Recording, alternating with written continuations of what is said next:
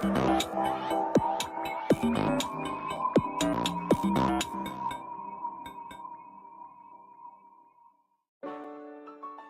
tunay na pangalan ng mga tao, lugar at organisasyon sa liham na tampok sa palabas na ito ay pinilitan at pinago. Ang anumang pagkakahawig ng mga bagong pangalan sa aktwal na tao, lugar o organisasyon ay hindi sinasadya at nagkataon lamang. Magandang araw mga consumer! Hindi lahat ng Pilipino ay mayroong trabaho na nakapagbibigay ng sobra sa kailangan ng pamilya. Marami sa atin, sakto lang ang kita para sa pangunahing pangangailangan gaya ng pagkain. Kaya naman, binibigyan natin ng halaga ang bawat kinikita natin. Nagbabudget upang kahit papaano, ito ay mapagkasya sa araw-araw. Dahil dito, bawat isa ay nakabantay sa paggalaw ng presyo ng bilihin. Ngayong araw, babasahin natin ang liham ng consumer na si Ginang Mendoza para sagutin ang kanyang tanong. Dear Consumer Care, ako ay isang labandera at ang asawa ko naman ay isang minimum wage earner. Mayroon po kaming 2 anak at masasabi kong kahit papaano na pagkakasya ko para sa aming pamilya ang aming kinikita. Para po ito ay mapagkasya, nagbabudget po ako. Kaya naman po alam ko kung nagtaas na ang presyo ng bawat bilihin dahil binabantayan ko itong mabuti. Itong nakaraang linggo, napansin ko na mas mahal na ang presyo ng shampoo na binibili ko. Maaari niyo po ba itong tingnan? At para sagutin ang tanong ni Ginang Mendoza, kasama natin ngayon si Mr. Adrian Echano ng Price and Supply Division ng Consumer Policy and Advocacy Bureau. Magandang araw po, Sir Adrian. Magandang araw din, Dens, at sa mga consumers na patuloy na tumatangkilik sa ating programa. Sir Adrian, tungkol sa concern ni Ginang Mendoza, ano po ang masasabi natin? Alam mo, Dens, una sa lahat, ang shampoo ay hindi kasama sa mga itinuturing na basic necessities at prime commodities na binabantayan ng DTI. Ganun po ba? Alin lamang po ba ang mga produktong binabantayan ng DTI? Ang mga produktong binabantayan ng DTI ay mga sumusunod: canned fish, processed milk, kape, tinapay, instant noodles, asin, sabon panlaba, bottled water, kandila, canned meat, condiments tulad ng suka, toyo at patis, sabong pampaligo, baterya. Ang mga produktong ito ay itinakda ng Republic Act No. 7581 o Price Act. May listahan po ba nito? Saan po makikita? Oo, Dens. Ang tawag sa listahan na ito ay SRP Bulletin. Ito ay makikita sa website ng DTI, www.dti.gov.ph. Ang pinakahuling SRP na ay inilathala ng DTI noong 11 ng Mayo ngayong taon. Bukod po sa listahan ng produkto, ano pa po ang nakapaloob sa ating mga SRP bulletin? Nakapaloob dito ang mga brands, grammage, at ang suggested retail price ng mga ito. Kaya naman ito ay maaaring gamiting pamantayan sa pagbabudget ng mga ilaw ng tahanan. Kung ang produkto naman pong bibilhin ay nasa SRP bulletin, subalit ito ay binebenta ng higit sa nakasaad dito, maaari po ba itong isumbong? Maaring i-report ng consumer ang tindahan o business establishment sa DTI Fair Trade Enforcement Bureau kung nasa Metro Manila po kayo. Kung nasa probinsya naman po, maaari po mag-email sa DTI Regional or Provincial Offices. Pakilagay po ang kumpletong detalye ng inyong reklamo, impormasyon ng tindahan, gaya ng address, email address at telephone number, at maglakip ng patunay ng inyong transaksyon. Makikita rin sa www.dti.gov.ph ang proseso ng pag-file ng complaint. Kaya naman sa ating mga consumer, maging mapanuri at matalino sa pagbili. Ugaliing tingnan ng SRP kung mamimili ng pangunahing bilihin. Maraming salamat, Sir Adrian. Maraming salamat din, Dens. At yan ang kabuuan ng ating programa sa araw na ito. Paalala lamang po ng impormasyong aming naibigay ay base lamang sa aming natanggap na salaysay at mga pangyayari na inilahad ni Ginang Mendoza. Abangan muli ang Dear Consumer Care sa susunod na linggo. Para sa updates, please like, follow, subscribe to our Facebook, Instagram, Twitter, and YouTube accounts. That's DTI Consumer Care and DTI Philippines. Hindi natin dapat hayaan ang mga nananamantala na makuha ang pinagtrabahuhan nating halaga na dapat ay para sa pamilya. Kaya naman maging mapanuri at gamiting gabay ang SRP Bulletin mula sa DTI. Ito po si Denzel Bonal na nagsasabing, wais ang consumer na may alam.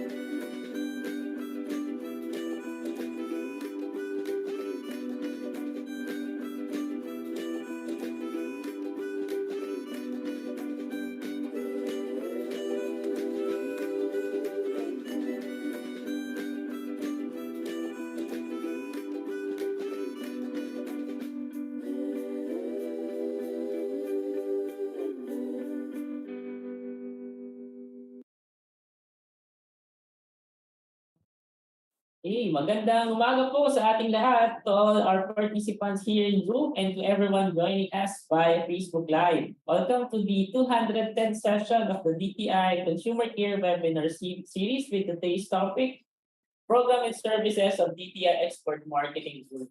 You can still invite your friends and colleagues to join this webinar and share the Zoom link.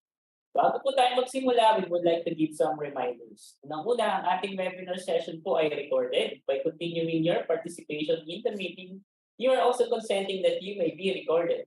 We are encouraging you to stay at samahan niyo po kami hanggang matapos at sabay-sabay tayong matuto sa topic natin ngayong umaga.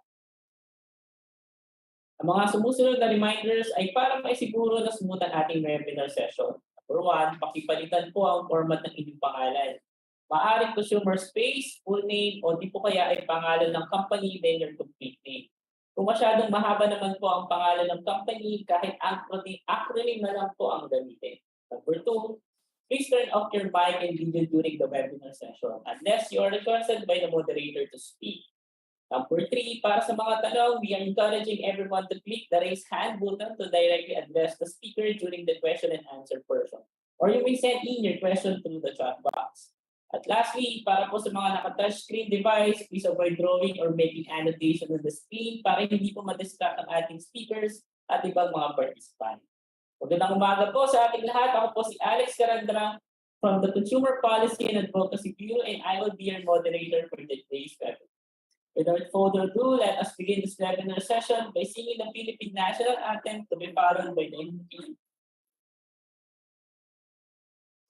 Mga kababayan, ang pambansang awit ng Pilipinas.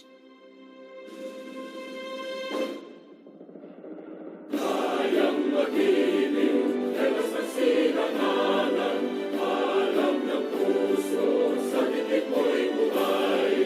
Lupang hinirang, tuyag ka ng magiting, sa mandulupin, di ka pasisigil, sa nagatang tutok sa simoy at sa langit o pagaw, ay hinagang tulad, awit sa pagkayang minamahal, ang isang ng matawad mo'y tagumpay na nag-iibig, ang bituin at araw niya kailan ang ay di magdidinig, lupa ng araw ng walang pagsinta, buhay langit sa piling mo, ang inigaya ng pagkay mga amin, ang mamatay ng dahil sa'yo.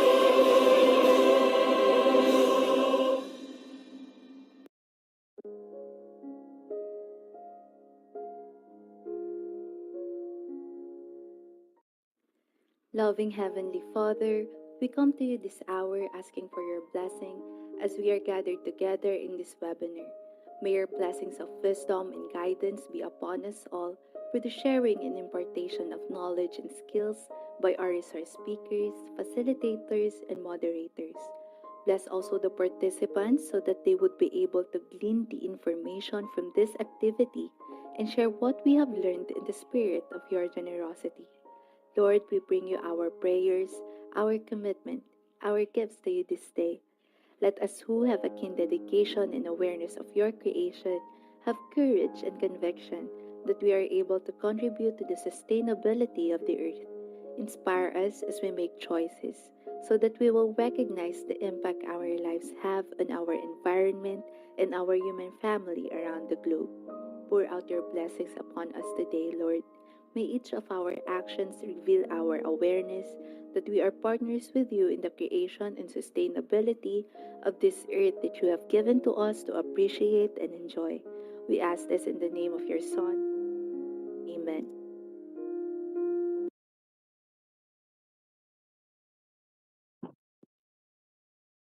Okay, to formally start our session for today, I would like to call on the Assistant Division Chief of the Consumer Advocacy Division of the Consumer Policy and Advocacy Bureau, Ms. Vivienne O. Alarca. Good morning po, Ma'am Ben. You have now the virtual floor.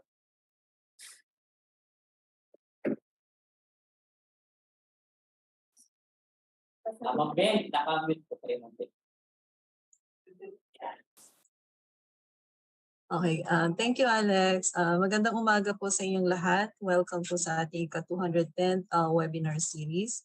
And sabi nga po ni Alex, ang topic natin para sa araw na ito ay patungkol sa mga programs and services ng DTI-Export Marketing Bureau na nangangasiwa sa development, promotion, and monitoring of Philippine exports.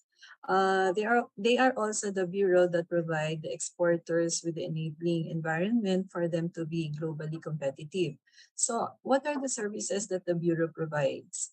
One is export assistance, business matching, coffee accreditation and export documentation, export trade, complaints handling, market and product consultancy, and also knowledge processing.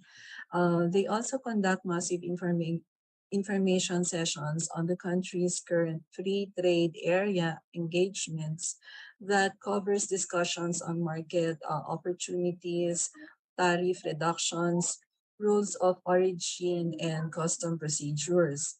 So these services will be discussing in details later on sa presentation po.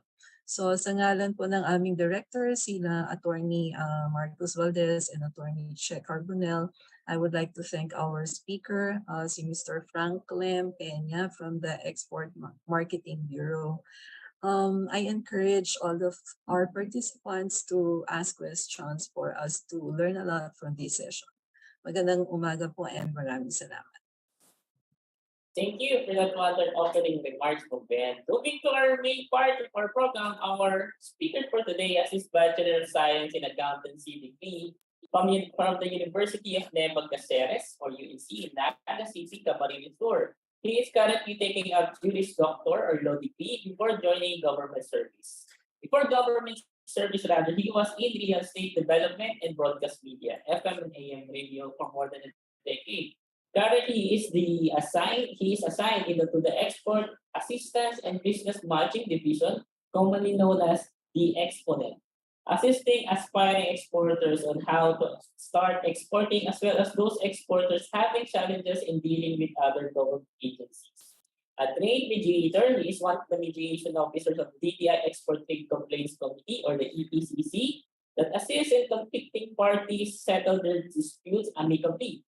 He is currently the Senior Trade Industry Development Specialist under the DTI-Export Marketing Bureau. Let us give our warm welcome to Mr.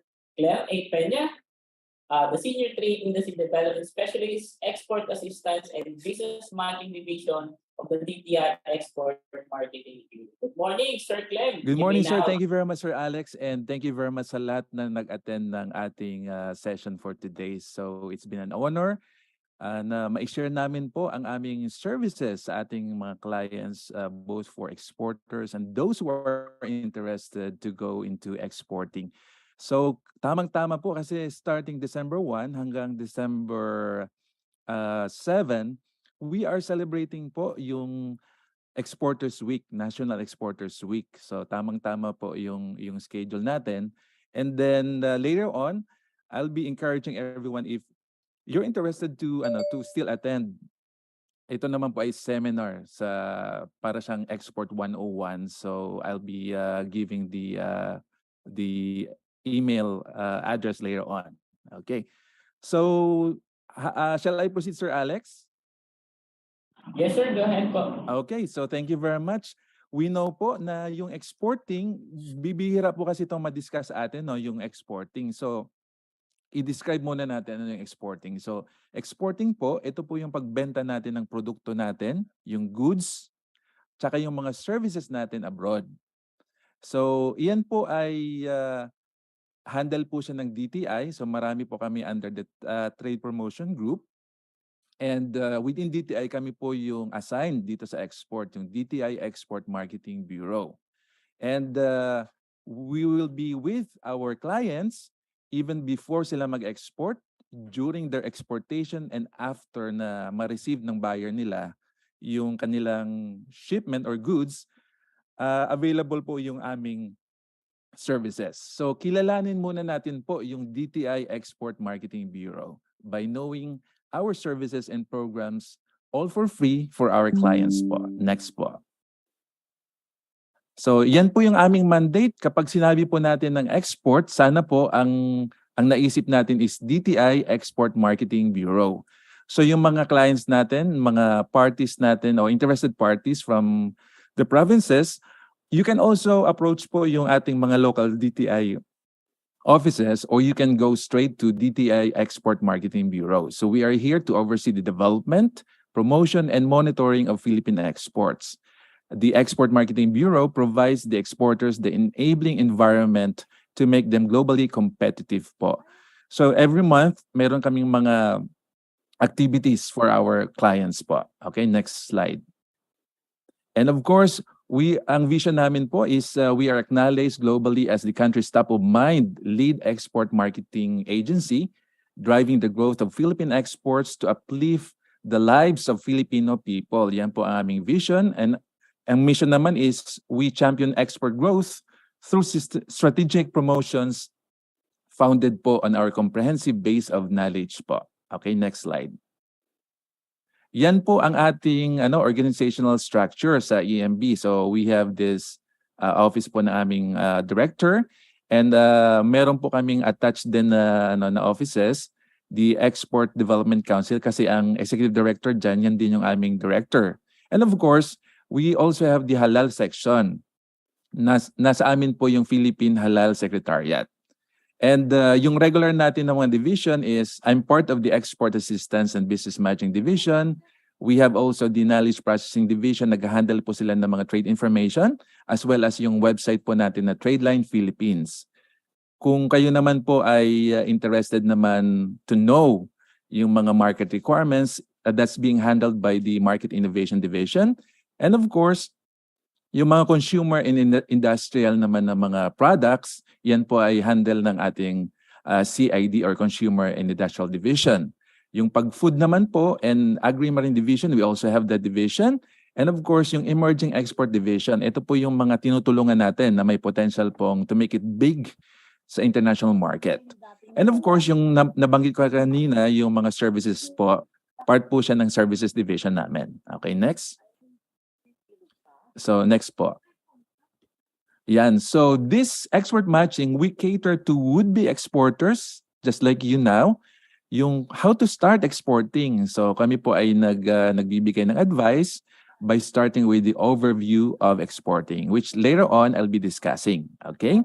And of course, yung mga exporters naman po na medyo may challenge po sila sa ating government, transacting with other government agencies, pwede po silang lumapit sa amin.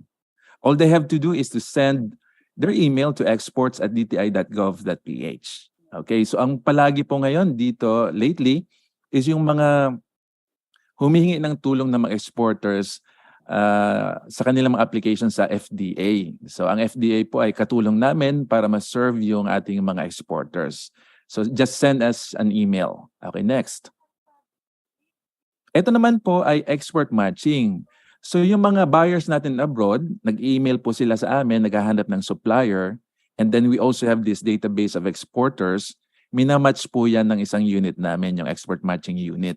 Now, if in the event na wala po doon sa database natin, kami po ay humihingi ng tulong sa ating mga local, provincial, and regional DTI offices to identify po yung may mga potential na mag-supply ng hinahanap na produkto.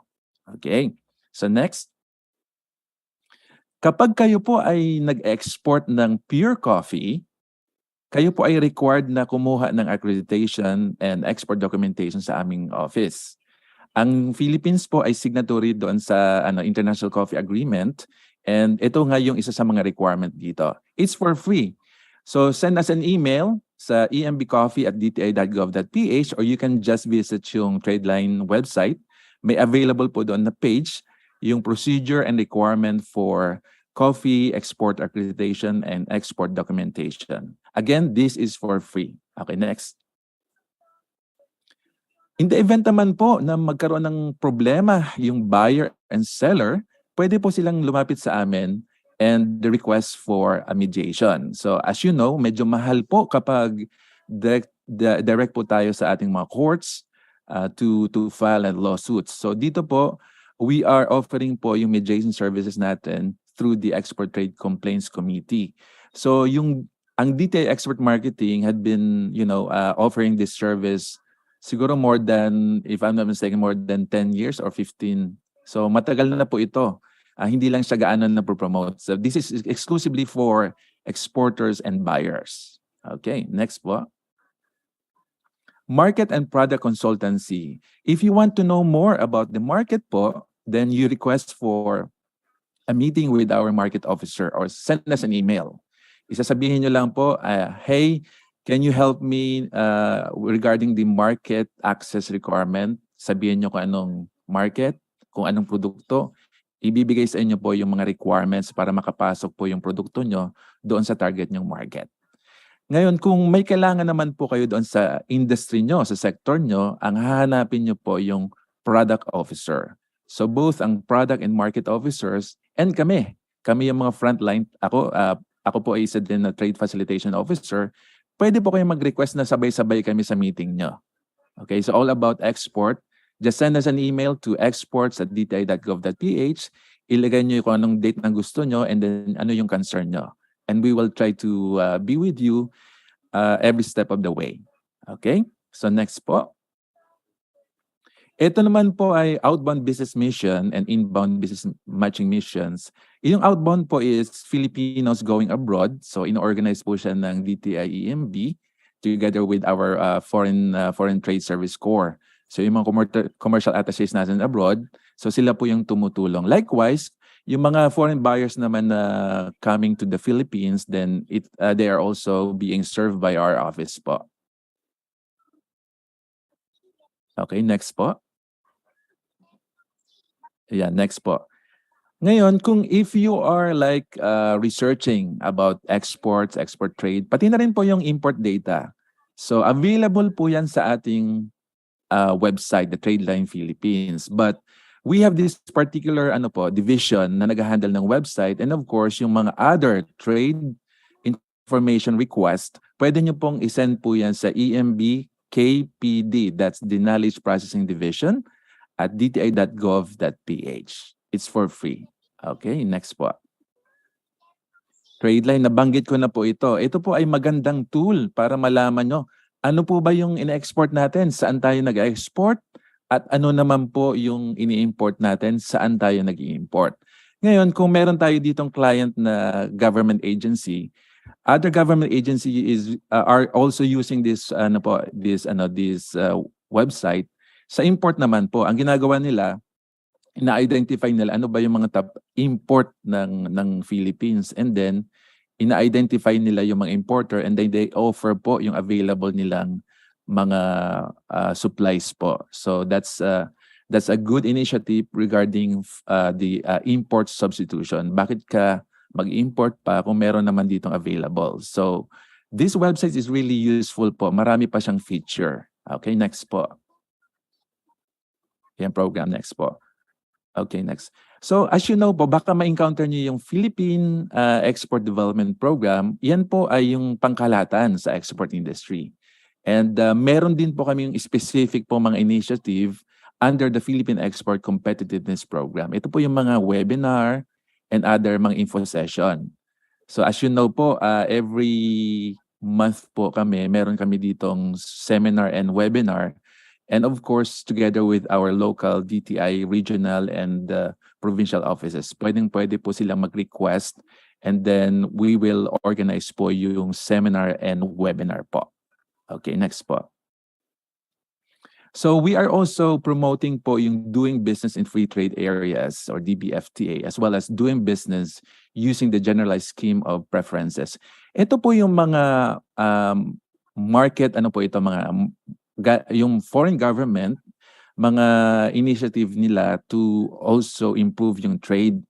So I'll be discussing in passing po yung free trade agreements later on. But this one, we are using this info session para ma-inform po yung ating mga exporter ano ba yung mga countries na nag-offer ng free trade agreements, tsaka yung mga GSP na pwedeng silang mag-export doon na almost virtual, wala po silang import tax or mga duties po. So yan po yung under this program po.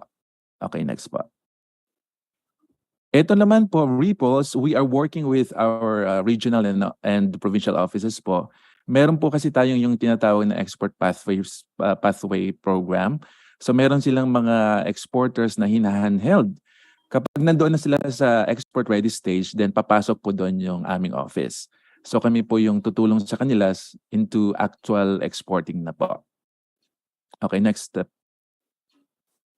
Ito naman po, meron kaming mga select na exporters na tinutulungan para naman makapasok po doon sa Amazon po. So malaki po siyang market, and if you're interested po, just send us an email and we will help you po to access po yung Amazon. Okay, next po. Ito naman pong SheTrades, bago po itong program with the International Trade Center. This is focused on the women-led organization. So, ilo-launch po namin yung edition for this year po next week. And we hope yung ating mga women entrepreneurs po, mga women business leaders, you can coordinate with our office po on how you can avail of this service po. Okay, SheTrades Philippines. Next po. And of course, we are also promoting po yung Halal Export Industry Development and Promotion Program. So aside from the religious side of it, meron po tayong trade.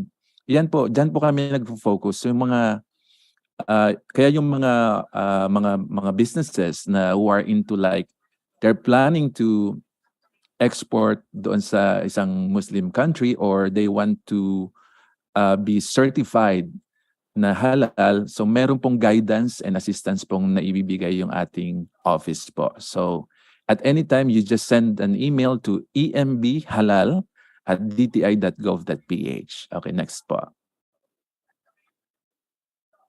Yan. Ito po yung sinasabi ko kanina sa National Exporters Week and National Export Congress. So meron po kaming series ng usapang exports na starting this Thursday, Friday, and then Monday and Tuesday. Yung para po sa mga would-be exporters, meron po kaming special na usapang exports plus on Monday. So yan po ang target po dyan yung mga university students as well as those would-be exporters. Kung if you're interested, send us an email to exports@dti.gov.ph. Okay, next po. Yan, summary lang po ito nung nabanggit ko, lahat po ng mga services natin for free. So at any time na may kailangan kayo about export, you just send an email to exports@dti.gov.ph. Okay, next slide po. Yan. Yan po yung aming mga contact points natin. So telephone and then emails, exports@dti.gov.ph. Available din po kami sa Facebook. Hanapin nyo lang po yung DTI-Export Marketing Bureau. And of course, yung mga websites natin via the DTI website. So click nyo lang po yung negosyo and then exports. As well as our own website, yung tradelinephilippines.dti.gov.ph. Okay, next po. Okay. So that's our free services and programs for our clients po. So we discussed po kanina ni Sir Alex and the team na i-discuss na rin namin sa inyo yung overview ng how to do exporting. Kasi marami po yung mga hindi nakakaalam nung paano ba mag-export. Ako, I myself, nung wala pa ako sa DTI, wala akong idea nung how to export. So we will give you an overview of how to do exporting. So kung meron kayong questions later on, pakitype lang po so we can address it. So we go next slide po. Okay. Ano ba yung impact ng export? As you know po, yung for every dollar po na benta nyo abroad, iyan po ay may direct na effect sa ating economy, yung GNP and GDP. So why exporting? First is, it increases yung source ng revenue nyo. Okay, yung profit nyo. And it also expands yung existing markets natin and global opportunity for a global recognition. Okay, meron tayong mga companies na they are recognized globally. And of course, it enhances yung competitiveness natin ng mga MSMEs natin. And along with it, yung mag-drive na economic growth. So screen nyo, yan yung ito yung may mga background sa macroeconomics, So yan yung part po yung ano, as you know, meron tayong imports, right? So binabawas natin doon yung ating export. Yung net nila, yan yung ma-effect doon sa national income. Okay? So yan yung backgrounder muna natin. So kumbaga, if you're into like macroeconomics. So next slide po. Okay. So ito pong overview, meron po nitong established talagang course yung DTI through its training arm, yung Philippine Trade Training Center. Pwede kayong mag-check sa kanilang website pttc.gov.ph. Hanapin nyo lang po yung basics of exporting. So ano po yung mga nandoon sa basics of exporting? Kasama po dyan yung negotiation, ano pa yung packaging, and so on, and other facets po ng negosyo nyo. So it's available po sa pttc.gov.ph. Next po. Ito naman, if you wanna know ano ba yung mga trade policy ng Philippine government, import and export, it's available po dito sa website na ito, pntr.gov.ph. Okay? So that way, you've got to see kung ano ba yung mga kailangan nyong i-comply kung mag-import kayo o mag-export. So available po siya dyan. Okay, next. Ito naman po, if you will use this one, this is more on like, ano ba yung performance ng produkto mo abroad? Okay, mga data siya, mga values. So available po siya dito po siya sa website na ito. I-click nyo lang po yung exports. So you can check yung about the Philippines and other countries po. So available po siya dito sa website na ito. Okay, next po. So this is more on the market regulations naman. So yung nauna is performance, ito naman ay market access. So ano ba yung requirements kapag mag-export tayo sa Japan? So available po siya dito. Lahat ng countries po na pwede nyong export and available po siya dito sa website. Okay, next po.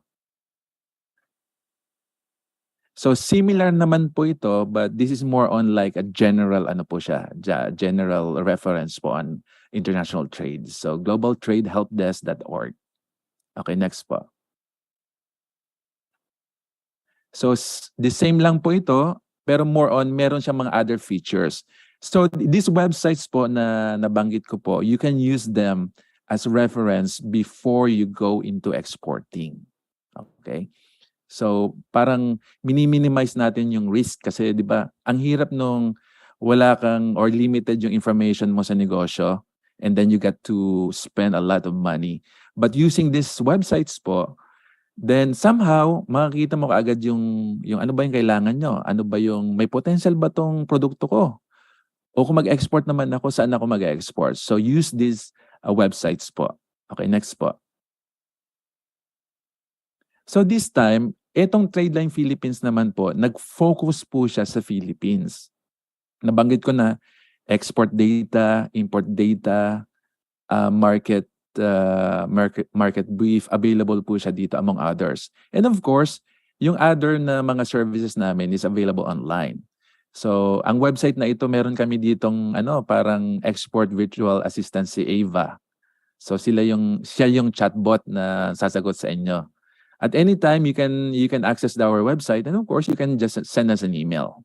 So, ang available dyan na features niya, yun nga, yung interactive trade statistics, si Ava, and of course, itong business matching portal namin, ini-improve siya sa ngayon. No? So, we will announce kung kailan siya mag-operate. So, we are in the process of improving po yung business matching.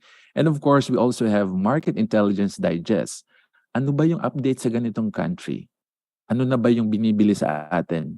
Ano na ba yung nangyayari sa kanilang economy? So available po siya. And of course, also yung mga advisories natin and other resources. See, it's all available for free sa Tradeline Philippines website. So next po.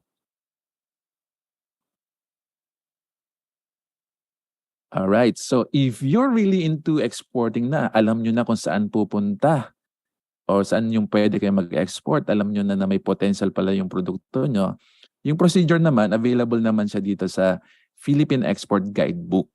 So pwede nyong mascan ngayon yung QR code or you can just visit po yung Tradeline Philippines sa resources and then downloads nyo po yung Philippine Export Guidebook. Okay. So I've given you the possible tools na pwedeng gamitin.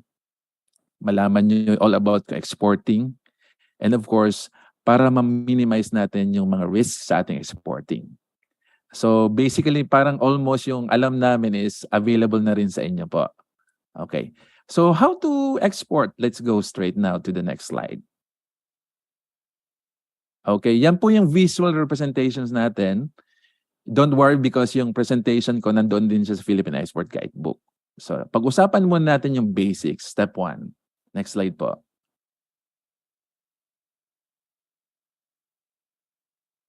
Okay, summary lang yan. Summary ng mga documents po. Next po. So sa Philippines, lahat ng negosyo should be registered, right?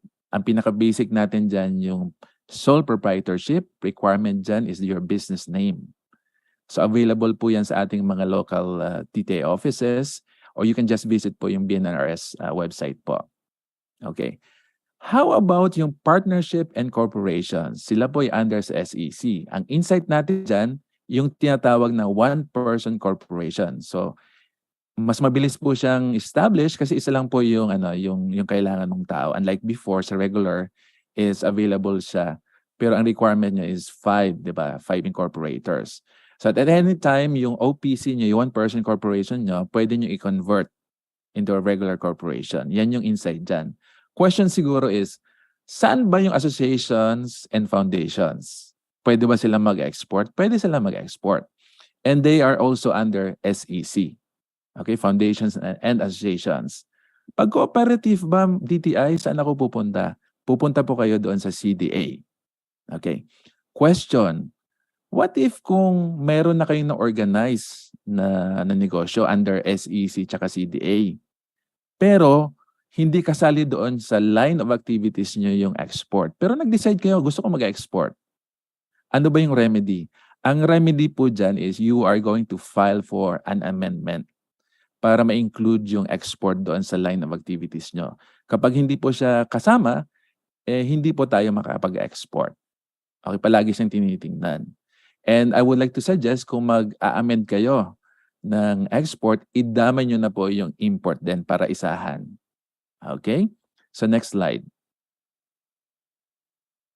Once you have your business registration, kailangan natin kumuha ng business permit, tsaka kumuha din ng BIR. Alright. So, ito pong BIR, baka kasi meron kayong makausap na exporter, yung dating exporter. Noon po kasi, yung mga exporters natin, nakaka-avail sila nung parang VAT refund. But because of the CREATE law, limited pong exporters yung nakaka-avail ng VAT refund. But the general rule is, yung exporting mismo, wala siyang tax. However, yung mga exporter natin na dati nakaka-enjoy ng VAT refund, limited na lang po siya doon sa mga exporters na under the investment promotion agencies like BUI, PEZA, among others. And that may mga requirements siya, new business or new business activity ata yung requirement doon. So yung mga MSMEs, hindi lahat tayo makaka-avail noon. Unless otherwise nga, if you're under the IPAs. So yan lang naman yung update dito sa BIR. Okay, next po. So that's your reference sa ating flow chart. We have discussed po yung step 1 business basics. Now, let's talk about yung half ng business basics natin for exporter. Next po. Next slide. Yan. So nakuha nyo ng business name, di ba? Meron na kami business permit. Ano ba yung requirement? Yung Philippine government po, nag-decide siya na para maiwasan natin yung mga challenges na experience ng mga clients natin, nag-decide sila na magkaroon ng online system. So it's referred as the E2M Custom Administration. Para ma-access yung system na yun, kailangan meron siyang first step na gagawin yung exporter, which is to be registered under the Client Profile Registration System or commonly known as the CPRS. So next slide po. Ano po ba yung CPRS? Okay. So nabanggit ko na under po siya ng E2M. Next lang po. Yan. Yan yung, ang summary niyan is, in order for an exporter to be part of that system, they need to be registered under the CPRS. Okay, next po. So it started noong 2012. Sige po. Saan po ba kukuha ng CPRS? Ayan. So sa DTI po, kapag coffee exporter ka, pure coffee, pupunta ka kay EMB. So yung aming services po for free. So we are going to give you a unique reference number, URN, after na ma-credit ka namin. Iyan yung gagamitin mo para mag-apply ng CPRS. Dito pa rin yan sa amin. And of course, if you're under BOI, kung yung business nyo po ay registered under BOI, then you go to BOI. If you're a locator in PEZA, sa PEZA naman po, as well as those under the Freeport Zone Authorities po. Now, sa would-be exporters, saan po tayo pupunta? Kayo po ay pupunta sa PhilExport. Pati na rin yung mga members nila. Now, this one, ang PhilExport kasi is private, so they are having this processing fee. I forgot kung ano yung existing nila ngayon, but ang update ko noon is around 4-5 po ata kapag would-be exporter. That's a one-time fee annual. So may renewal po kayo na gagawin doon sa CPRS. Okay, next po. So yung mga nakikinig sa atin ngayon, you don't have to be here in Manila po. So baka malapit kayo dyan sa nasa listahan na ito. Doon na lang kayo magsasubmit ng mga papers nyo po yan. Yan. So if you're in Pampanga, sa Iloilo, dalawa, no? Yung Iloilo at yung Negros Island, as well as Cebu, Cagayan de Oro, Davao, and Jensan. Yan. Hindi lahat ng chapters nila nag-receive, nagpa-process. So ito lang po yung mga deputized po nila. You can visit their website and their Facebook. Marami po doon available na information, as well as meron silang standby po na officer na tutulong po sa inyo. Okay, next po. Ayan, summary lang po ito. Sa left side nyo po, yan yung mga approving authority ng application nyo sa CPRS. Ito naman sa right side nyo, yung Econnect, Intercommerce, CDEC, sila po yung mga VASP or Value Added Service Provider. Sila po yung mga websites na pwede nyong gamitin para maka-access kayo ng E2M. You can only access yung kanilang website kapag na-approve na po yung application nyo sa CPRS. Okay? So next slide po. Yan. All right. So ayan. So on your screen, ito naman po yung ating ebidensya na kayo po ay registered na sa system. You will be issued with a certificate of registration. Ano po ba yung titingnan natin? Titingnan natin dyan yung CCN, yung Client Customs Client Number. And then, of course, yung validity. 12 months po yan. And of course, yung company details. Okay. So since it's a system-generated po siya, wala po siyang pirma. In the event na yung exporter, halimbawa meron siyang buyer, ni-require siya, pwede ba yung may signature yung isubmit mo sa akin just to make sure na legit ka na exporter? Ang gagawin lang po ng exporter is susulatan niya po yung port collector kung saan siya nag-export, kung saan siya kumuha ng kanyang CPRS. Then pipirmahan po yan ng port collector. Okay? So yan lang naman po yung yung insight diyan. Frequently kasi starting yung late half nung last year and then of this year, maraming query po about it po. Okay, next po. So step number 2, we are going to discuss now how to sell. Okay. So as a summary, yung ating services po is we aim to give you a capacity building, market access platforms, and of course, yung export assistance. So at any time na you are processing your export documents, you are conducting your export transactions, pwede pong lumapit kay EMB. Okay?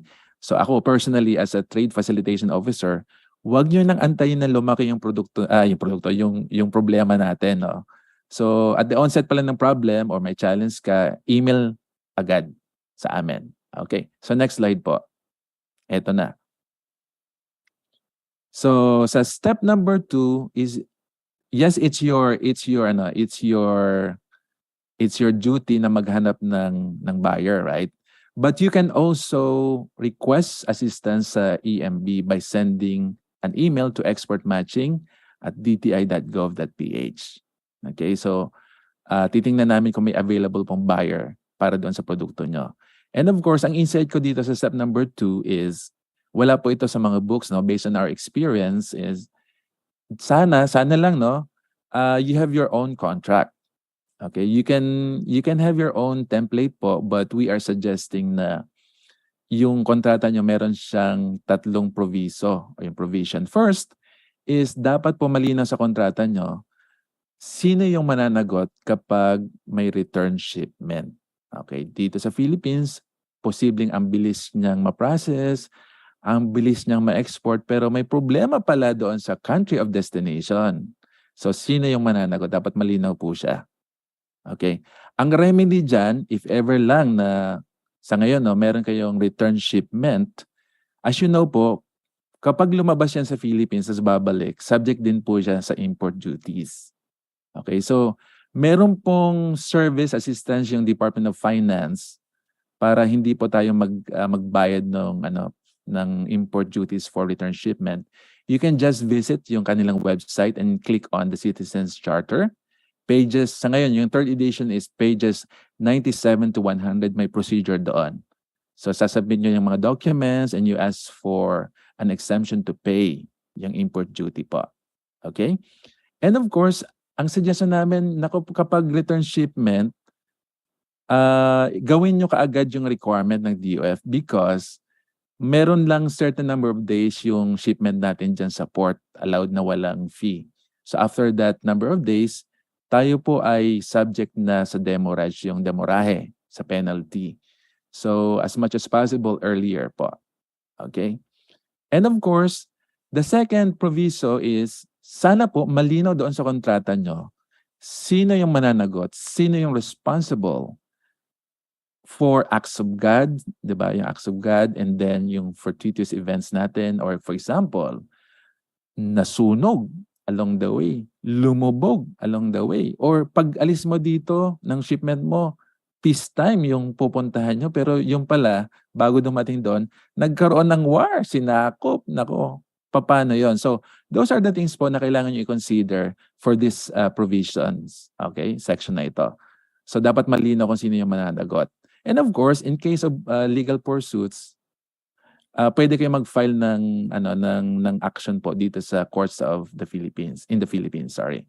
So, sometimes, yung buyer nyo magsasabi, hey, gamitin natin yung mga international agreements. So, ang pinakamalapit po sa atin dyan na mga courts na pwedeng mag-decide on these cases po is lalong-lalo na yung cases under yung UNCITRAL, United Nations Convention on International Law. So sa Singapore po ata yung pinakamalapit na mga courts. But make it a habit doon sa kontrata niyo po na dito sa Philippines is-submit. Okay? So ito pong mga suggestion namin, pati yung kontrata, hindi po siya requirement ng Philippine government. So these are based on our experience in assisting yung mga exporters. Noon, nung bago pa ako, marami pong may mga problema ng exporter. So when we started discussing this one, medyo kukunti na lang yung may problema. Okay? So, yung mga earlier namin ng mga clients, sabi nila, maganda nga yung suggestion mo, pero impractical yan kasi sa amin, may resibo kami pre-printed, di ba? So, speaking of resibo, we suggest po na gamitin nyo yung resibo na galing sa BIR kahit na wala kayong tax. Okay? So, may invoice siya. Pero yun nga problema kung halimbawa 1,000 yung na-print namin, you mean to say magpe-print pa rin kami ng 1,000 din na kontrata. Diba? So ganun yung suggestion namin. So we have clients na pinadala nila yung mga lawyers nila and then we were discussing, just like I'm discussing with you now. sabi nila, naintindihan nila yung wisdom ng suggestion namin na 3 proviso. So, you know what they did? Nilagay nila doon sa likuran ng, yung tatlong proviso na sinabi ko kanina. Prinit nila sa likuran ng resibo nila. So, according doon sa mga lawyers, kapag pumirma yung mga parties, yung buyer and seller, yung resibo na yon na included yung 3 proviso sa likuran, serve as a contract. So, ganun po yung, yung ginawa nila. So, again, these things, hindi po siya requirement ng Philippine government, but those are just suggestions, insights na sana makonsider nyo para maiwasan natin yung mga hindi magagandang experience. So, along with your contract, if you are new, baguhan pa lang kayo sa isang market or baguhan pa lang yung buyer nyo, first time yung buyer, no? So we suggest na humingi kayo ng advance copy ng kanilang import regulations. Okay, baka magtaas yung kilay nyo. Mr. DTI, I'm going to export. Why are you suggesting na mag-request ako ng import regulations ng buyer ko? First, ang reason natin, we just want to make sure your buyer knows how to import, right? Kasi baka ang bilis-bilis ditong lumabas nga tapos doon pala may problema sa country of destination. And the other one, once you have an advanced copy of your import regulations, you get to see ano yung mga requirements na pwede nyong gamitin naman to renegotiate your contract, your price. Kunyari, hey Mr. Buyer, I've seen ganito pala yung requirement nyo. Pwede ba natin itong pag-usapan? So, pwede nyo po yung i-consider. And the third one is, once you have the copy of your import regulation and of course your contract, then parang magkakaroon tayo ngayon ng peace of mind na smooth ang ating exporting. Okay? Halimbawa, yung buyer nyo, parang desidido naman siyang bumili, pero parang hindi niya alam kung paano ang import regulation nila. Pwede natin yung i-settle. So, send us an email and then our market officer ang tutulong sa inyo to identify yung import regulations. Okay? So, okay po ba? So, dyan pa lang, kasama nyo na po yung EMB. Okay. So, again, the import regulations as well as the contracts are just suggestions. Hindi po siya requirement. Okay. So, next would be order processing. Meron na tayong invoice. Next slide po. Okay, yan yung proforma invoice na nabanggit kanina. You can have your own template but use yung, sana gamitin nyo po yung galing sa BIR. Next po. Yan. So, i-process nyo lang if everything's in order, kung agree ka na, and then pirmahan po. Okay? Ang insight lang natin dyan, mga kababayan, is huwag tayong magpapasok sa kontrata na hindi natin kayang gawin or like, if you agree sa certain date ng delivery, make sure na you'll be able to ship it at makarating yung produkto nyo sa buyer nyo on the agreed date. Other than that, baka kasi magreklamo sila against you. Okay? So we have the DTI watch list of foreign buyers and Philippine exporters. Available siya sa website. Yan po yung mga hindi nakapag-comply sa kanilang contractual obligations. All right. So, next step po. Step number 4. On your screen, iyan po yung available natin ng mga options. Hindi po nakikialam ang Philippine government kung paano ka babayaran. Okay? Ang usual niya pong ginagamit is US dollar, yung currency. Okay? Ang napansin namin na napakahusay ng mga Filipino exporter mag-negotiate, ang palagi nilang ginagamit yung prepayment o export advance. Okay. Question, insight po ito. Mr. DTI, yung foreign buyer ko, meron siyang bank account dito sa Philippines. Ayan. Tapos, ang offer niya, ita-transfer na lang sa bank account ko yung fund. Pwede ba yon? Okay. So, ang sagot natin dyan, pwede siya, pero sa context po ng policy ng Bangko Sentral, hindi na po siya considered na cross-border payment. Kasi domestic po yung transaction, yung payment. So ang naka-count po dyan yung galing sa foreign bank. Tapos papunta dito sa atin. Yan po yung na-measure. Okay? So baka kasi meron sa inyong nag-iisip nun. So yan po yung situation kapag ganun yung agreement nyo. Alright. So again, yan po yung sa screen nyo, yan yung mga options na available sa inyo. Okay, next po. Step number 5. Next slide po. Sige po.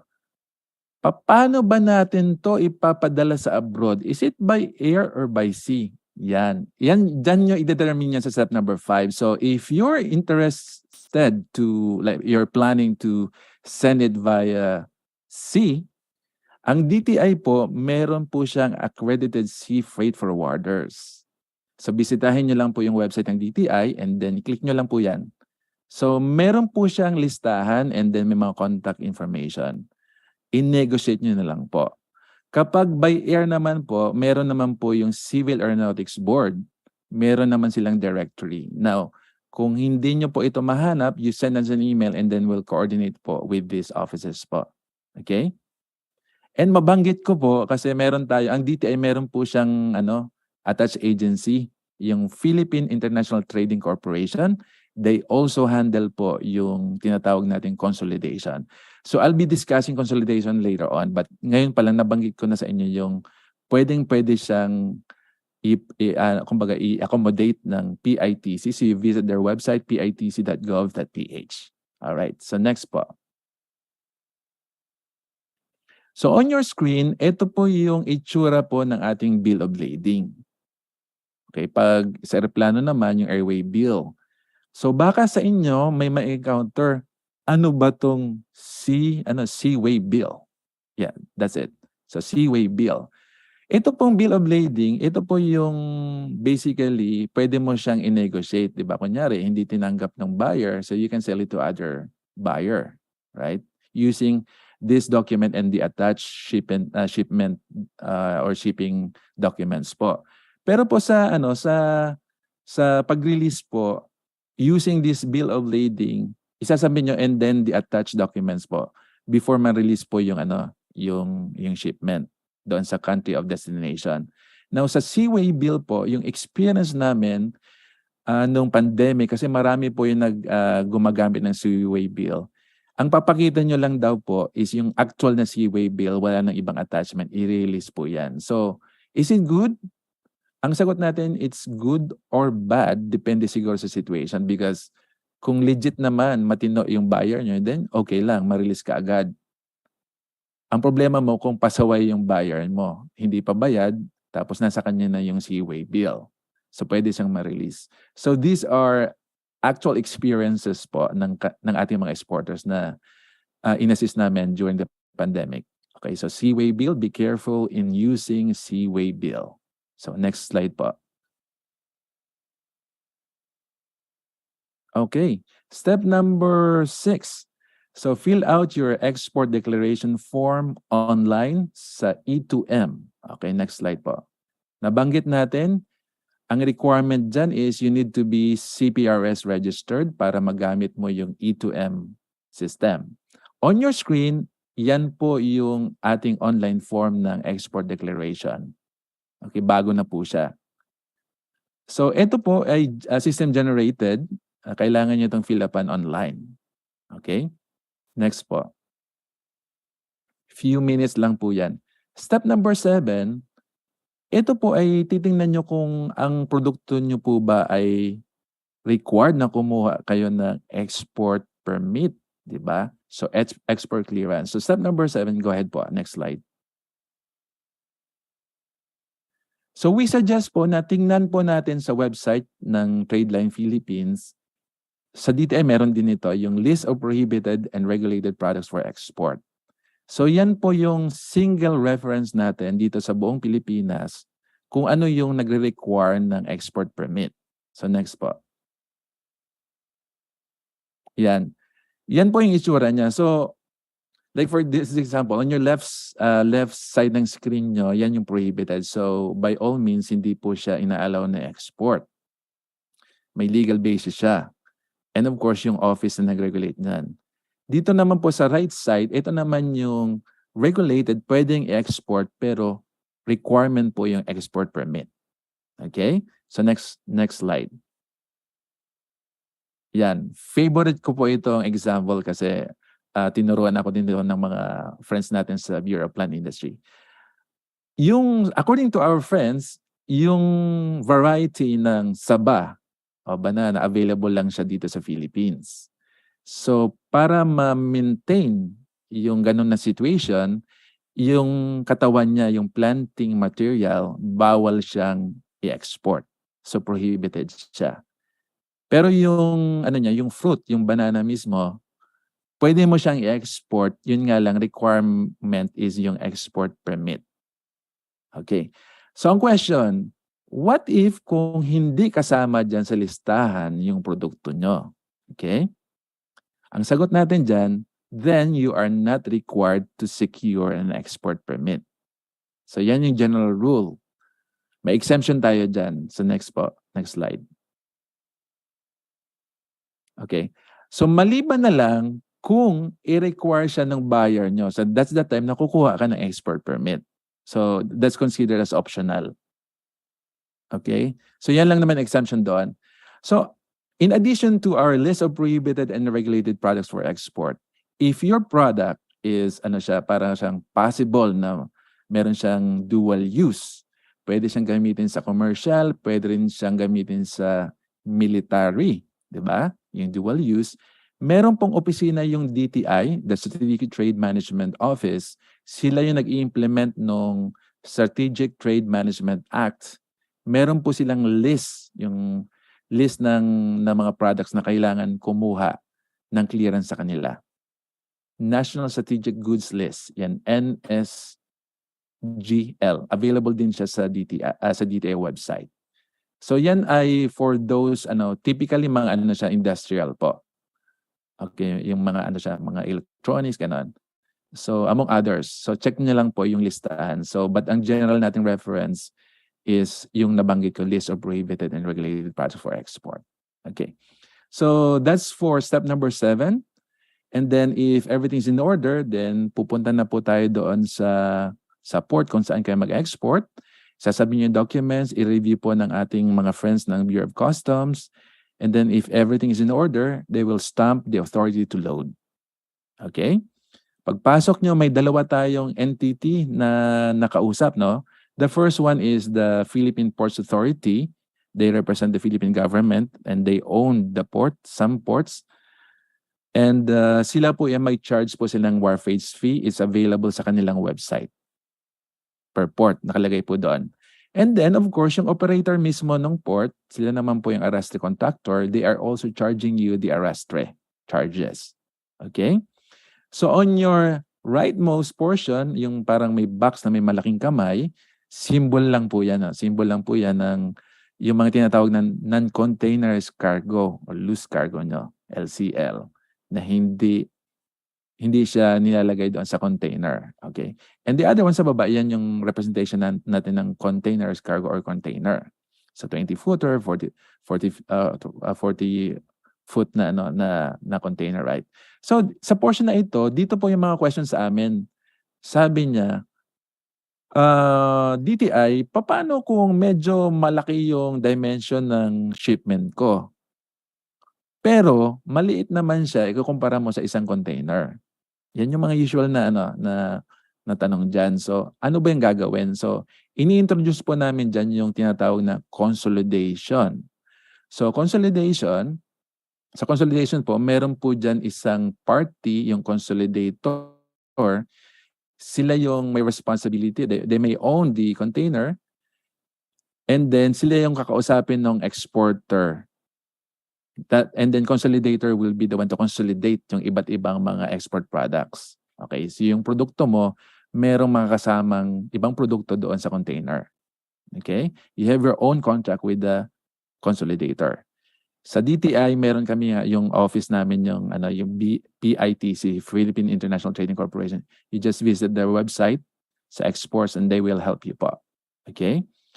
So, dito sa portion na ito, once you've decided po na consolidation yung gagamitin nyo, meron po kaming 2 insights na based on our experience.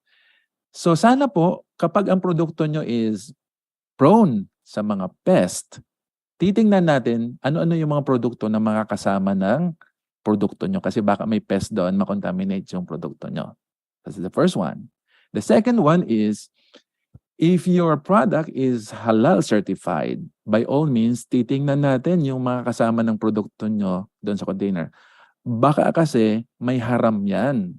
Okay, yung mga hindi allowed. Kapag meron po nag-mix yung halal tsaka haram, kahit hindi sila mag-touch but the same container, may ibang countries po na dinideclare siya na contaminated yung buong container. Okay? So mahirap po siyang i-troubleshoot.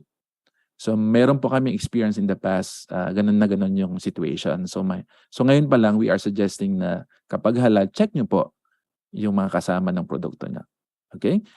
So second question, DTI, kailangan ko ba ng licensed custom broker? Ayan. So ang suggestion natin dyan, kung baguhan ka, kung hindi mo kaya, mas maganda po na may custom broker kayo nakasama. O marami din pong mga ibang professional dyan sa nag-work sa mga ports natin na they can assist you po. Sa export, kasi yung system po sa export po, hindi po siya required na licensed custom broker. You can just designate po yung sarili mo as the owner and then yung tao mo po na mag-fill out ng documents. But there are other processes po na pwedeng i-handle po ng licensed custom broker. So it's your choice. Yan, nabanggit ko na rin kasi baka may magtanong later on. So if everything's in order, ilo-load na po yung mga shipment nyo sa ship, and then the ship will, or yung shipping line, sorry, will be the one to fill out yung other information sa bill of lading, and if it's complete na po, then you're good to go. Sa baba, may makikita kang airplano. Sa ngayon po, may mga airports tayo na manual pa rin. So, ang usual diyang ginagamit nila is yung old form ng export declaration form ng DTI. So, manual processing, pupunta ka doon sa export division ng airport, papakita mo yung ED, and then i-check nila kung regulated ba siya or hindi, if everything's in order, and then, right then and there, ipaprocess nila po yan. Okay. So, in the event na kailangan nyo na mag-send via air, pwede kayong mag-email sa amin. We'll give you a copy of the editable form ng old export declaration form ng DTI. So available po yan sa yung gagamit niyan sa airport po. Okay. So yan lang po yung yung short description ng nangyari sa by sea or by air pong shipment natin. Okay, next po, next slide. Yan, nabanggit ko po ito next. Okay, nabanggit ko na rin po ito, processing of authority to load next. Sige po. Alright. So on your screen, may nakalagay dyan, Certificate of Origin. DTI, ano ba to? Baka ganyan yung reaction niya. So we will introduce to you, ano ba yung Certificate of Origin, and along with it, yung concept ng mga free trade agreements. So Certificate of Origin po refers to the actual document signifying or evidencing po na yung produkto na i-ship out mo is compliant with the rules of origin ng country of destination. Okay? So, ang nag-apply po nito yung exporter, pero ang gumagamit nito is yung buyer. So, anong effect? Kapag compliant yung produkto mo and then you have the certificate of origin, they can avail of almost, depende po sa FTA, but almost reduce or virtually zero na po yung import duty. So, kung dati they are required to pay kunyari 10% na import duty nila once they have the certificate of origin, almost zero na. So, malaking tipid po yan. Imagine kung 10% yung matitipid nila. So, yan yung effect when you use the certificate of origin. So, how to use it or how to apply for it? First, send an email muna sa Bureau of Customs because they are the competent authority on it. So, ang email po nila is the ECD, that's Echo Charlie Delta @customs.gov.ph. Ang office kasi ninyo is the Export Coordination Division. So, sabihin nyo lang, Dear BOC ECD, can you help me give me the list of requirements or yung tinatawag nilang rules of origin for this particular na FTA because I'm going to export kunyari sa Japan, sa China. And then they will give you the list, you comply it po, i-review nila yung yung submission nyo, yung product evaluation, if everything is in order po, then bibigyan po kayo ng authority. So you can now apply for the certificate of origin. Okay. Just to give you an idea, saan ba siya ginagamit? Next slide po.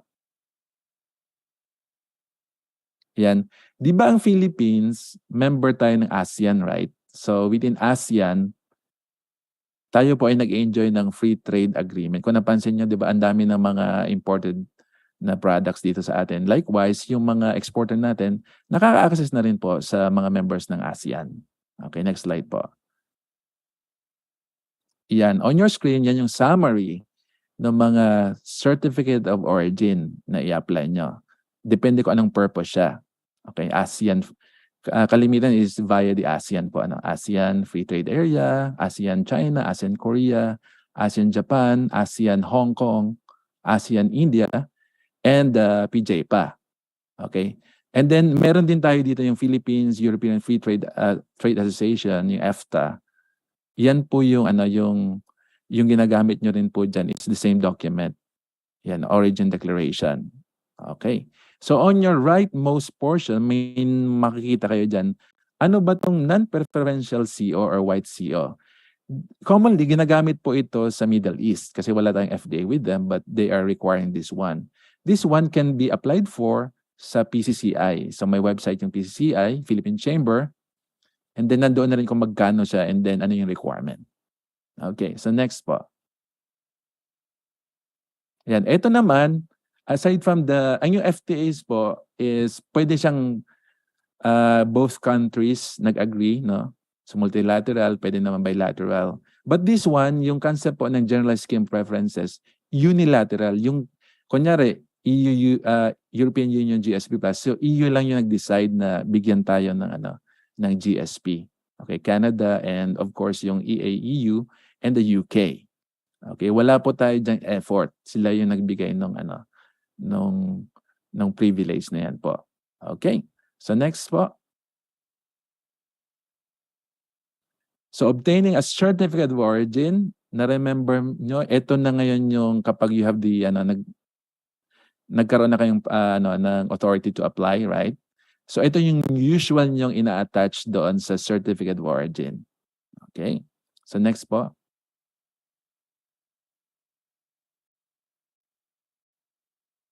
Okay, next slide po, sir. All right. So this will end our presentation. Yung pinakahuli po, we are suggesting po na i-consider nyo yung good customer service because an export, hindi lang siya one-time transactions. We are building relationship with our buyers. So yan po yung kabuuan ng how we do exporting. And I'll be ready for your question later on po. Next slide po. All right, so for any questions po or requests for assistance, exports with s@dti.gov.ph. All right, back to you, Sir Alex po. Okay, thank you for that very informative presentation, Sir Pena. So there you go, sa mga consumers natin na interested mag-export business, baka you might want to check out the programs and projects of the DTI-Export Marketing Bureau. They also have this export guide book that can help you step by step. Yung link po niyan is nasa presentation material din po ni Sir Clem na madadownload nyo after you accomplish the client satisfaction form or the CSF form that will be posted in the chat box section. Now, before we proceed with our question and answer portion, a short reminder lang po sa ating mga participant to stay muted unless you are addressing the speakers and moderators directly. Para mas maging interactive ang ating question and answer portion, we encourage everyone to click the raise hand button so we can call you to ask directly to our speaker. Pwede rin pong isend ang inyong questions sa chat box. So earlier, we already listed some questions for Glenn. So we'll start with the first question from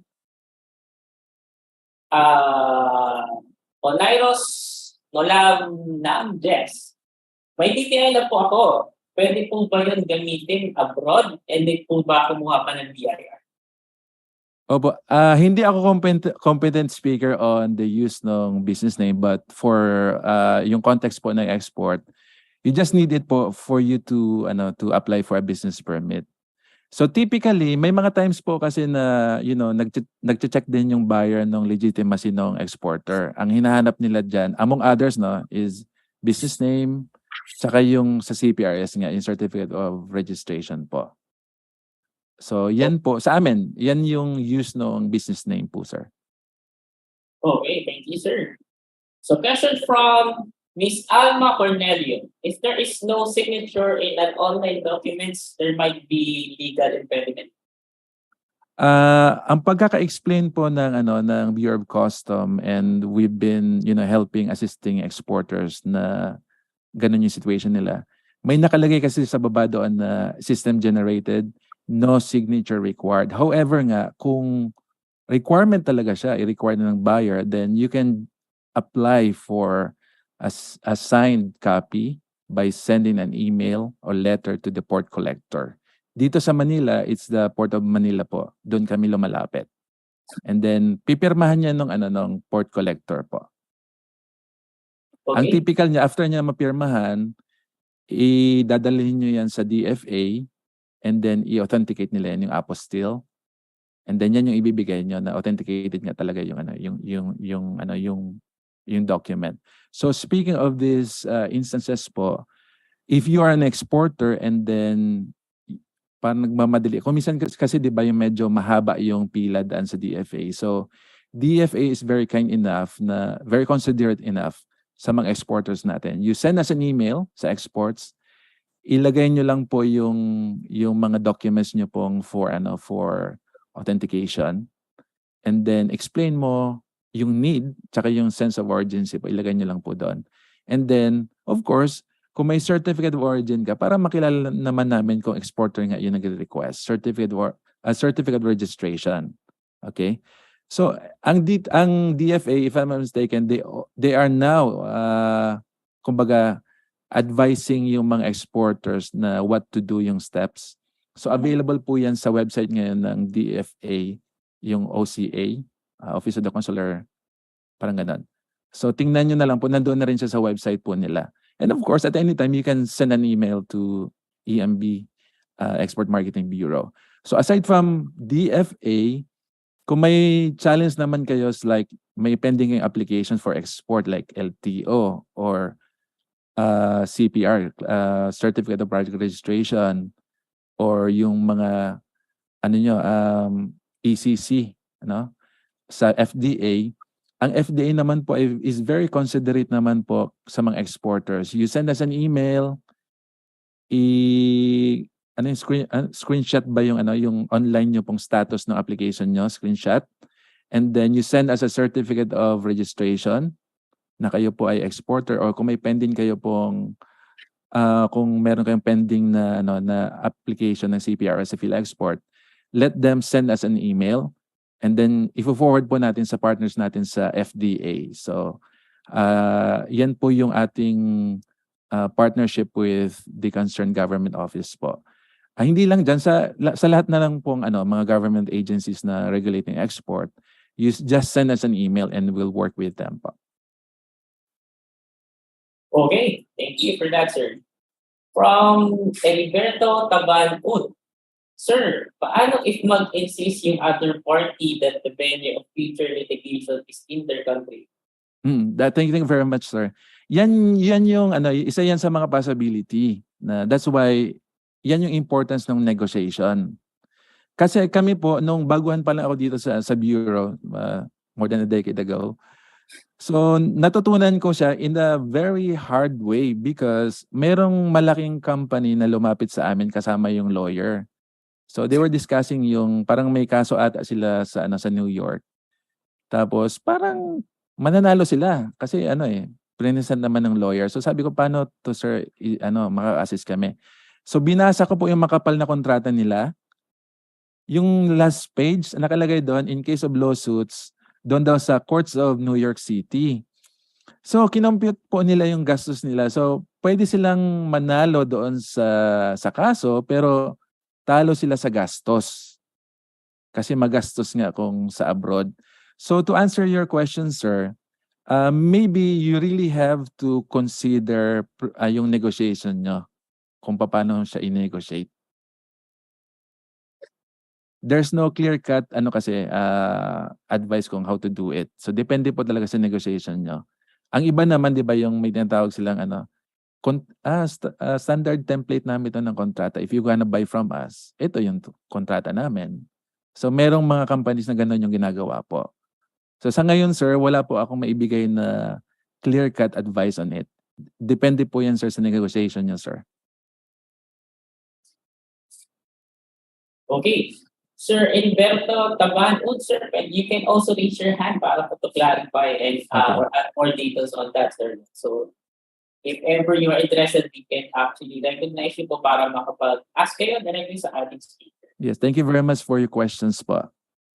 Moving forward with another question from Sir Gary Siyasu, Kian, from the Kian Tech Rubber Factory.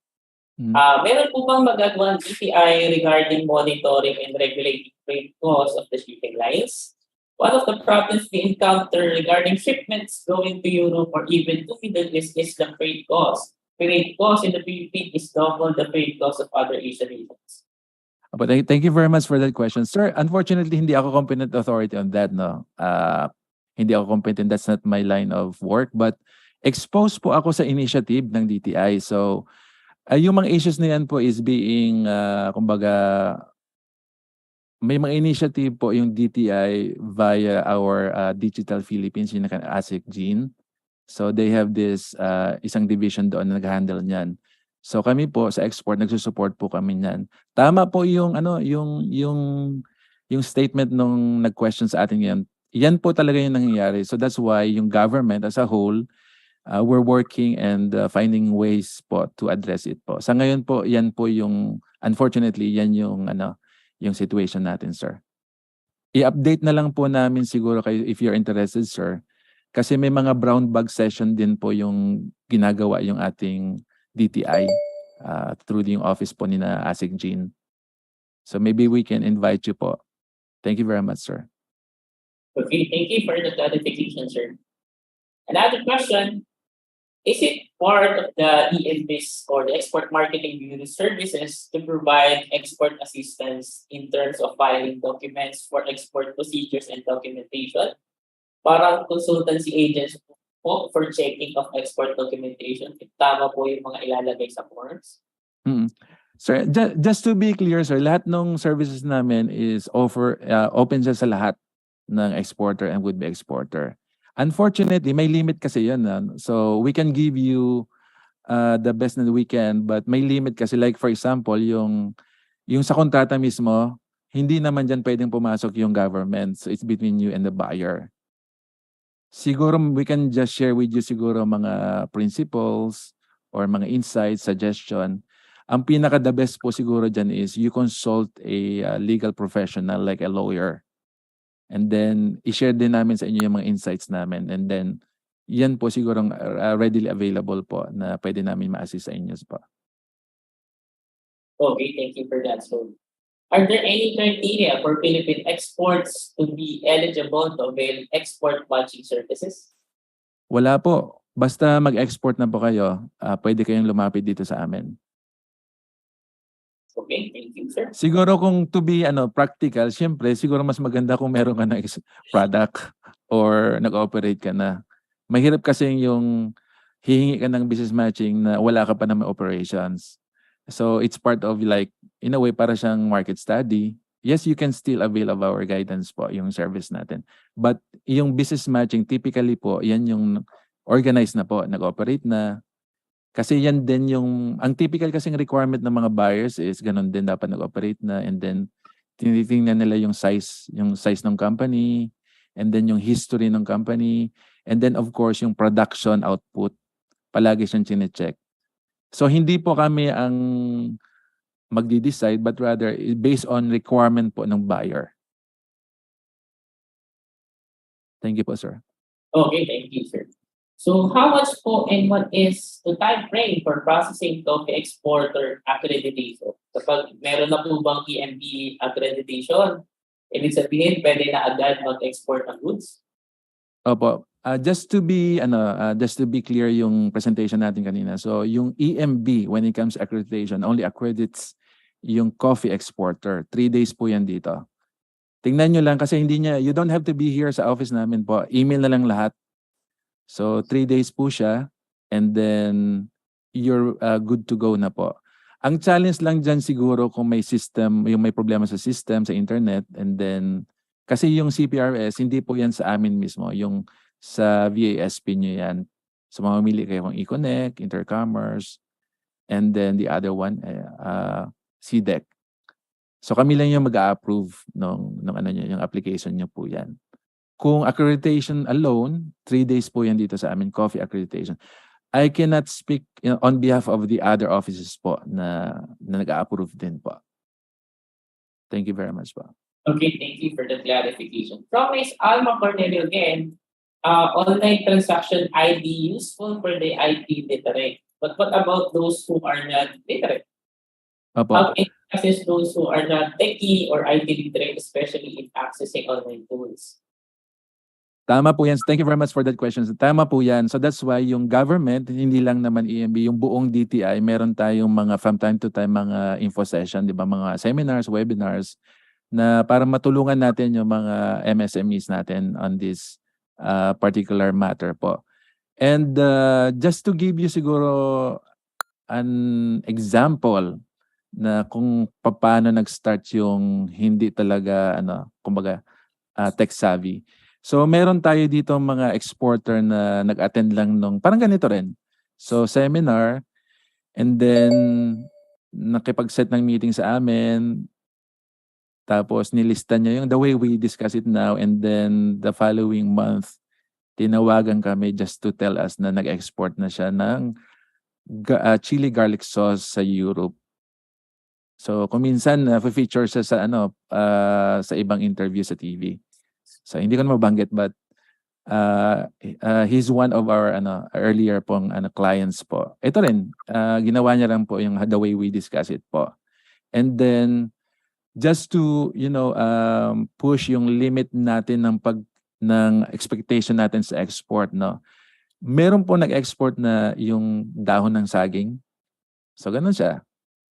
Ka-extreme yung hindi natin in-expect. So merong nag-export na ganun. Mahirap po, ma'am, sagutin ng tapatan yung question mo kasi depende nga talaga yan sa mag-export. I suggest po na kung hindi pa sigurado, hindi kabisado yung mga internet o ano pang technology, it would be better po siguro na makipag-ordin sa DTI kasi may mga seminars naman or other government agencies po nag-offer po ng mga seminars po. But for export mismo, ito po yung usual natin na ginagawa. Kung meron kayong hindi naintindihan, you can just send an email to us po, ma'am, and we'll try to assist you po. Yes, thank you for that, sir. The other question, what are the common issues that lead to export trade complaints? How can our local exporters, local suppliers avoid receiving complaints regarding export trade? Okay, thank you very much for that question. Mabuti na naman nag-question. Okay, I'm supposed to tell po. Ito po, as export trade complaints mediator, mas maganda po siguro i-check nyo muna yung listahan ng DTI watch list. Diyan tayo mag-start. Kasi baka nandoon na yung buyer nyo, di wag nyo nang ituloy. Okay? Tapos number 2, yun nga, yung essence po and use noong need noong magkaroon ng kontrata. Pag may kontrata kasi po, somehow you can enforce po yung kontrata nyo. So madali siyang, or at least madali kayong matulungan ng government. So may mga commercial attaché tayo. Ang problema po kasi, kung wala kayong written contract, ang hirap nun. So ang ginagawa namin, chine-check namin yung other evidence like kunyari, email trail. Pero iba pa rin pag may kontrata. So yan yung essence po ng contract, and then yung nabanggit ko kanina na tatlong provisions. And hopefully it will cover po yung mga uncertainties po sa ating transaction. Mahirap talaga kasi siya.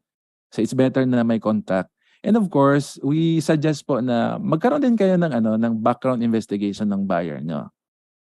So, available naman yung Google, no, di ba? So, i-Google nyo po. Kunyari, ABC Company fraud, ABC Company scam. Yan yung turo sa amin ng ibang partner natin sa ibang government agency. Pag tinype mo yan, mag-appear po siya dyan. So, hindi siya absolute, but at least meron kayong idea. Thank you very much po. I hope na kahit papaano po ma'am na nabigyan natin ng idea doon sa questions po. Thank you po. Yung accreditation list na yan, sir, nasa presentation nyo rin, sir, yung link. Yes po. Retention pa rin, mga consumers or mga business. Opo.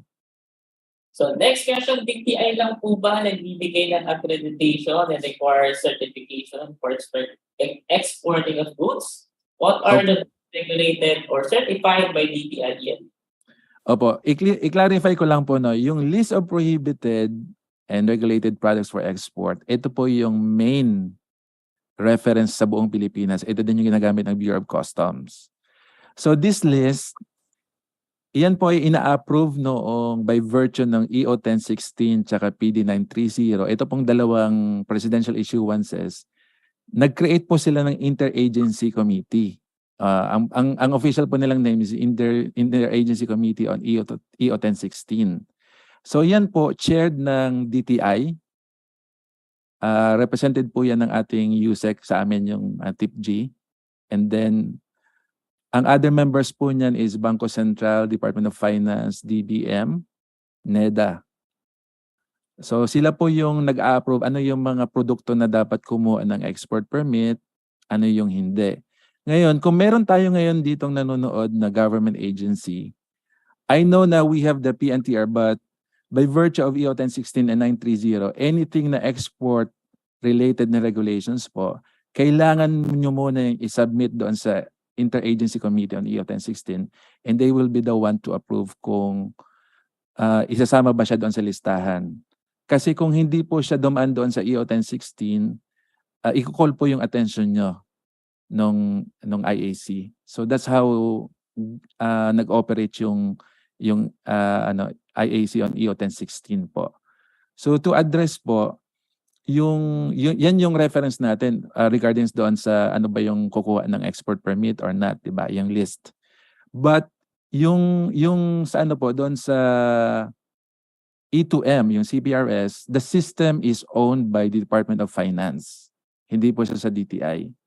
So under sa BOC po 'yan.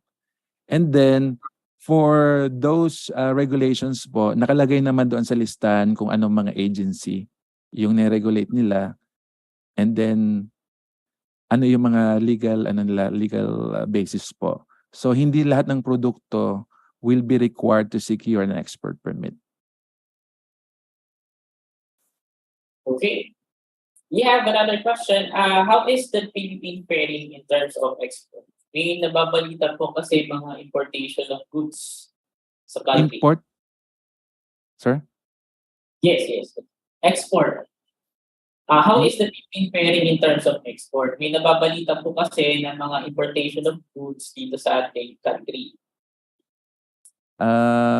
Sir, hindi ko gaano naintindihan yung question. Is the question referring to export or import? What it means by the question is paano yung status natin sa export since maraming tayo rin nare-receive na importation. Okay. Di ba sir, yung in reality kasi net importer po yung Philippines kasi marami naman talagang importation. So yan nga yung yung ini-encourage namin yung interested mag-export na once you start exporting, nababawasan po yung impact ng import. And then kung nag-import naman kayo, baka gusto niyo naman maghanap ng local supplier para mabawasan din yung import. So initiative po siya sa import substitution. But to address po yung question na yan, how we are faring po, depende po. May mga sectors na maganda yung performance. Meron naman mga sectors na medyo may challenges po. So it depends po kung anong sectors. Kung gusto niyo pong malaman, it's available po siya sa Tradeline website. Nandoon yung top export products natin. By the way, speaking of Tradeline, you can use it both for import and export. So makikita nyo, ilan ba yung quantity ang in-export nito. Kunyari, saba, banana, saan ba tayo nag-export at what quantity? Ganon siya. So i-compare mo siya, tumaas ba siya or bumaba year on year comparison. So those are available po siya. Yan yung beauty ng trade line kasi nga hindi na tayo nangangapa sa mga estimates. Those are the actual trade values po natin. Kaya mababawasan yung risk. Kunyari, if you have a product na hindi mo kabisado kung how it performs abroad, you can use the trade line. So tatype mo lang yung produkto mo, bibigay sa iyo. Nag-export ba tayo nito? At what quantity? At what yung series nung transactions niya, makikita mo doon yung performance po. Okay, let's have another question. How did use and expensive is it in the Philippines to get accredited certification to be allowed to export our goods? Mga estimate, sir. Sir, di ba yung nabanggit ko kanina, I think kung gusto niyo po, you can go straight to Philippine Export, but what I remember is yung annual nilang CPRS 4,500. And then yung cost naman kasi yung bank charges po for every time na ginagamit niyo yung system. I could be wrong pero ang na-remember ko is 220 pesos lang yung doc stamps and then 80 pesos yung service fee. So every time kayong gagamit ng system, yun lang yon. I know na baka ang iba sa inyo may experience, di ba, yung mga hindi magagandang kwento, experience, yan po yung iniiwasan natin ngayon. So mas maganda gamitin niyo po yung system na yon and you follow po yung procedure namin. So i-share ko siguro sa inyo yung experience namin yung early years ko dito sa DTI. So dati kasi yung hindi lang coffee yung namin yung sineserve, no. Nag-serve din kami dati ng EDA accreditation. So ngayon kasi wala na. But during those times, meron po kaming bisita galing sa Quezon Province and then narinig niya yung discussion namin about yung processing and accreditation na nalaman niya for free yung CPRS. Tapos meron siyang tinawagan. Tapos bigla siyang namutla. So matagal, parang malakas yung boses niya. May boses sa phone. And then, lumapit siya sa amin. Sabi, sir, sigurado ka bang free yung CPRS ko? Opo. Sabi niya, sir, kasi yung consultant nung kapatid ko, ang charge ata 80,000. Tapos since renewal daw, 40,000 na lang yung pala. Ang actual na cost noon, kung sa Philippine Export is only 4,500. And then sa amin naman kung coffee, for free. So yan po yung mga instances na it's really better po na you go straight to yung mga offices po. Lalo na sa EMB or sa Philippine Export. Okay, thank you for that, sir. What are the criteria that a local product can be qualified for export? Do you assess, evaluate all local Yes po. Yung sir, yung meron doon sa ating export guidebook, meron tayo ng series of questions, no? Yan yung mag-guide nyo kung pwede kayong mag-export. So series yung questions about yung operations nyo, about the product. Pero ako kasi bilang trade facilitation officer, 'di ba? Kami palagi yung kausap ng mga exporters and would-be exporters. Para to simplify things, I usually refer them to the trade line, yung trade statistics ng export. Kasi makakita mo doon ito na yung actual na in-export. Kunyari, ang produkto mo is nyog. So makikita mo ano yung coconut-based products na nandoon yung in-export. So yan yung beauty ng trade statistics. Hindi ka na mag-assume. Those are the actual. And kumbaga mag-gauge mo po yung viability ng produkto mo by using those trade statistics. Hindi po nangangahulugan na hindi kayo pwede mag-export. Ang sinasabi lang namin po is using the trade statistics, makakita mo yung may potential. Tsaka yung iba naman na may challenges po. So makikita mo rin siya doon sa system. Okay. Sana nabigyan ko si Madam ng kahit na konting Ma'am, mag-email na lang kayo, ma'am, kung gusto niyo ng meeting po so we can discuss po. It's better to coordinate para mas Mm. maging sure baka Opo. worthy na ba. So time check is already 11:47. Last call na po sa mga gusto pang magtanong from the consumers and private sectors. Otherwise, we will close the session na po. So let's have another question. How do we measure, monitor if the goods exported are being sold abroad? How do we know if successful ang exportation venture? Una-una, sir, yun nga, balikan natin yung trade statistics because those are the actual report. Trade, ano yan? Yan yung actual na, na trade performance natin. So makikita mo siya. Tapos number 2, pwede kayong mag-request ng market profile from EMB. So sabihin niyo lang, EMB, can you guide us? Ano ba yung mabenta sa ganitong country? So pwede siyang tulungan ng ating market officer. Basta in essence po, yung Export Marketing Bureau, yung DTI as a whole, especially through its Export Marketing Bureau is kasama nyo po sa exporting. So, pag start nyo pa lang, kasama nyo yung DTI. Pag prepare nyo pa lang, kasama nyo pa rin yung DTI, yung actual exporting. Kung may problema kayo doon sa sales nyo, kasama nyo pa rin yung DTI. So, DTI is always here, lalo na sa export po. Na-assign lang sa amin. Pero basically, it's one DTI po yung approach natin po. So, marami tayong kasama. Like for example, trade fair, nandyan yung sa item. Di ba yung, pag nagdi-design ka naman ng produkto mo, may design center tayo. Di ba? Kung other business-related na questions naman, mayroon tayong negosyo center. So, nandyan po yung DTI as a whole. I hope na nabigyan si Madam ng True. We have no long-term policy. Talagang i-refer Yes. other bureau ng DTI. So ito ang makakatulong sa kanila. Okay, another question. May mga instances ba na certified na po for export ang goods dito pero pagdating sa designated country na disapprove po yung entry? Oo. That's why yung in-advise natin kanina yung you ask for the import regulations noong buyer nyo. Before kayo mag-spend. Yes, sir. Sir? Kapag ganun po ang nangyari. Oo nga. So, mag-start muna tayo sa ano yung dapat gawin. So, always make it a habit na humingi kayo ng copy ng import regulations ng buyer nyo. Kung hindi niya kaya, send kayo ng email sa amin. Meron tayong market officer na tutulong sa inyo. Okay? So, yan yung i-comply nyo po. Mahirap kasi magbigay ng one advice na kasi each country, iba-iba po yung requirement.